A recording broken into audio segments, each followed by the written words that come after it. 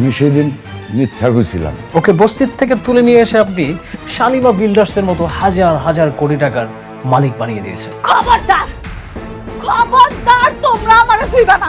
কখনো সন্তান হবে না, সে মেয়ে চাইলেও স্বামীর উপর সব ধরনের অধিকার দেখাতে পারে না। ও হচ্ছে আমার সব থেকে কাছের বন্ধু, ওর সাথে খারাপ ব্যবহার করলে হবে? কি করবি তুই? তুই আমাকে ভয় দেখাচ্ছিস?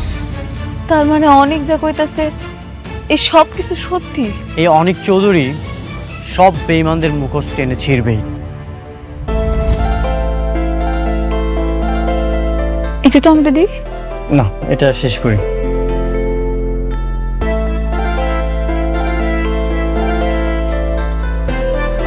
তুমিও নাও।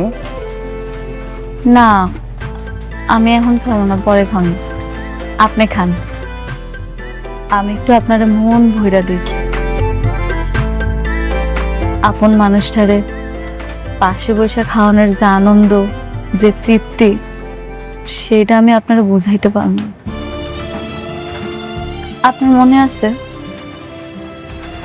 আমাকে বিয়ার শুরুর দিকে আপনি অফিসে যাইতেন, আমি দুপুরবেলা আপনার জন্য রান্না করে নিয়ে যাইতাম। যখন ব্রেক দিত আপনার আমি বসে একসাথে খাইতাম। আমি আপনার দিকে তাকায় থাকতাম, আপনি মাঝে মাঝে নলা দিয়ে আমারে খাওয়াই দিতেন। আপনার মনে আছে? হ্যাঁ, মনে আছে। আমি কিছুই ভুলি না। হ্যাঁ, বুঝতে পারছি, আপনার সব কিছুই মনে আছে। এখন তো আপনারে খাওয়ানোর মানুষের অভাব নেই। আমি কিছুই ভুলিনি, আমার খারাপ ভালো সবকিছু মনে থাকে।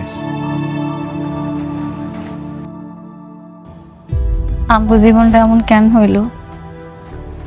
সবকিছু কেমন বদলায় গেছে, তাই না? আমি কোনোদিন কল্পনাও করি নাই এরকম একটা কিছু হইব।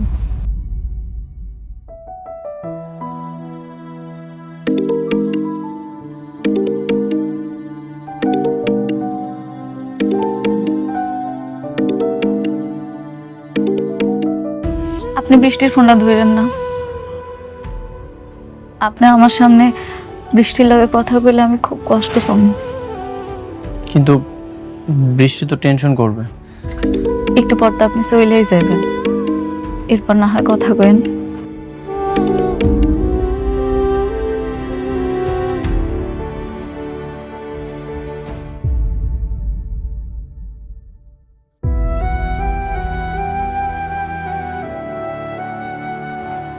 আমি জানি আপনি আমার উপরে রাগ,